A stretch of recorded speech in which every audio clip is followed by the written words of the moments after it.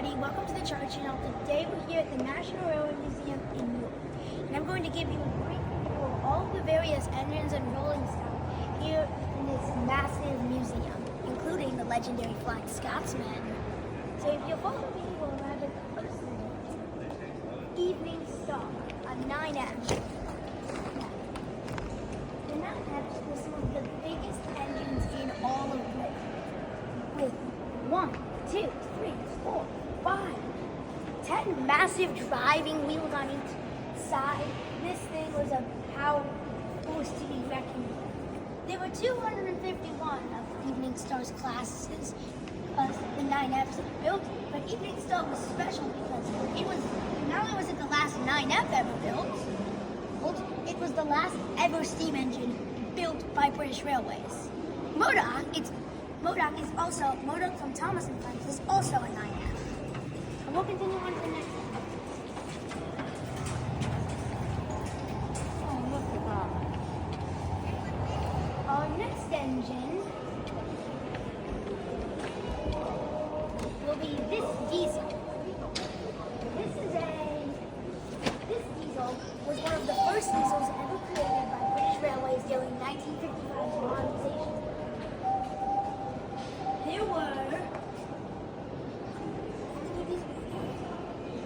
This is Class 20, number 20050, formerly known as D8000. It's a massive diesel. However, it had various mechanical faults, just like the majority of British Railways early, which meant that this engine, despite being more expensive to run, was more reliable than this cheaper engines.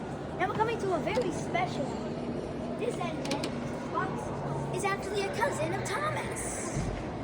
He's in the same class as Stepney, and he and Stepney, along with the rest of the class, are cousins to Thomas because they were made by the same designer. Now we'll continue on to this, a GWR auto coach. These auto coaches were some of the first ever automated electric trains on Britain's rails. This is number 28249. And the best part about these electric rail cars was there didn't need to be some clunky engine in the back clunky engine pulling it from the far back. It could run itself, which definitely helped win British railways over. As by this point, steam engines were going to be more and more expensive. And then we come to the biggest engine in the country. One of the few international engines in the collection. The KF-17, built in 1935 by the Chinese, by Britain. We sent over to China. With 8 humongous driving wheels. This thing could hold over 60 cars. It ran for 42 years in China. Before 4 years after it was retired, in 1977, it was donated by the Chinese government to the museum. And speaking of international engines, we'll be seeing a few more of those soon.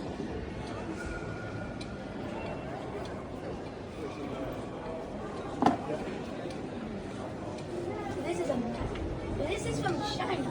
The next engine is from South Africa. This is number 1896 in South Africa. It ran for over 70 years. The artist and conservationist David Shepherd had donated it brought to Great Britain 1 year later. This is with only 8 driving wheels. This thing couldn't pull as much as our previous one. But now we're coming into another train from Asia, the Shinkansen from Japan. This train was one of the first to ever reach over 150 miles an hour. And we're coming to another one of the engines that was able to reach that magical number, the Eurostar. This train used to go under the ocean. And next up we have an engine that is literally named after its top speed.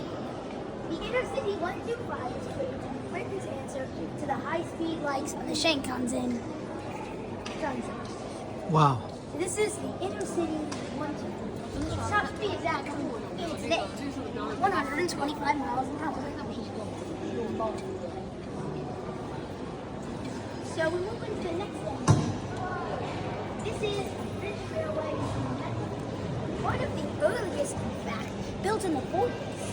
40s after World War I. World War II. Sorry. We're coming up to one of the oldest engines now. See, it's one over a mile away. It's a replica of Buckingham Palace with a funnel a mile high. I'm saying this is actually 80 This is one of the first ever engines. This actually predates rockets. And we got some vintage wagons. These old wagons and coaches aren't as shiny as rockets, but we have an engine that is actually as fast as a speeding bullet. Dr. Savannah. This thing has been permanently streamlined to basically be as fast as it can possibly be. But it isn't as fast as the true the fastest thing on the fastest steam engine on right. The legendary Mallard. Mallard is actually a cousin of Spencer, and Spencer is jealous of his brother's fame. So it's a massive. This thing was the official highest recorded record of speed, 126 miles an hour. Just one mile go faster than the inner city 125. Wow. This is Lodestar, the GWR engine. So just like Duck and Olive. Created in 1907 with the pinnacle of George Churchward's career. Next to it we have Broomstick, one of the smallest and oldest locomotives, being only one of around 5 locomotives who have come from before the 20th century. Wow. It came with its own little coach, too. Definitely a fire hazard here.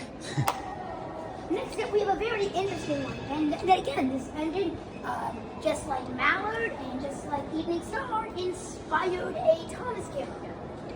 Livingston Thompson is a double Fari locomotive, which means it's got 2 smoke boxes and 2 boilers. Oh. As well as, no, it's got one. It has one massive boiler that goes through the entire train.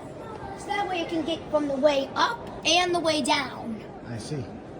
This actually inspired the character of Mighty Mac, the double Fari, the blue locomotive from season 9 of Thomas. Over here we have this little pet. We have this little pet. One of the oldest and by far strangest locomotives in the museum. Next up is Hippopotamus. This is a Hippopotamus class number 1270.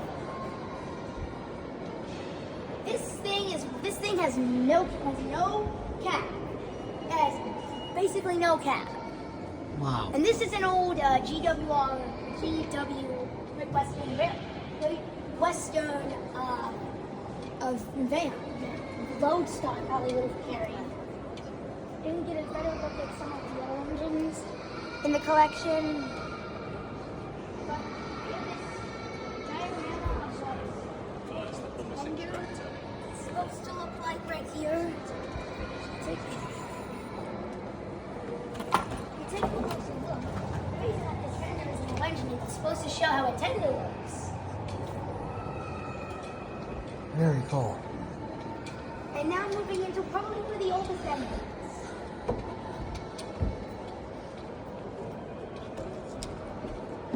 The same year as our first 18th century locomotive. Replica in 1930. The original rocket no longer exists. The replica built in 1924 is a little over 90 years old. This character inspired Steven. We also have another one of these select few engines from before the turn of the century, from the 19th century, Copper Knob, built in 1846 for the Furness Railway, a railway that is supposed to open Flying Spark by the Fat Controller.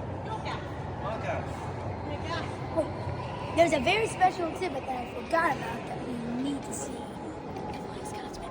We're going to go see the legendary 100-mile-an-hour Flying Scotsman, who we didn't know was going to be here or not. It's confusing. He sometimes leaves for excursions, and no one really knows when he's going to be here. But there are two flying engines, one of whom is a food item, or his name is based off a food item.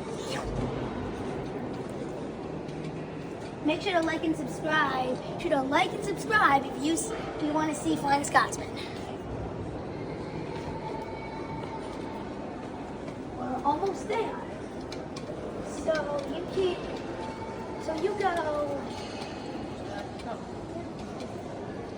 go here, and then you'll be able to see the legendary Scotsman in just a minute.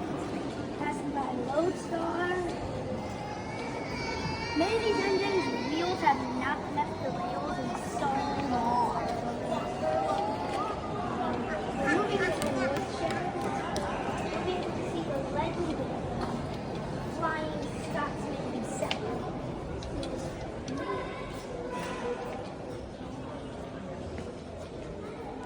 To see the legendary Flying Scotsman.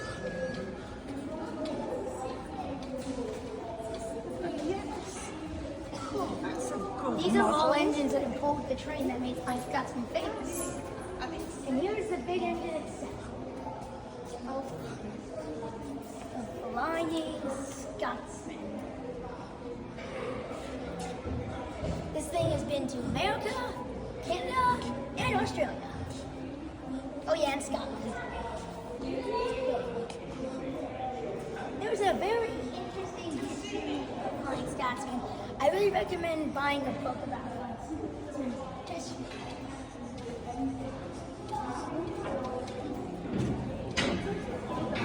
take it on a trip.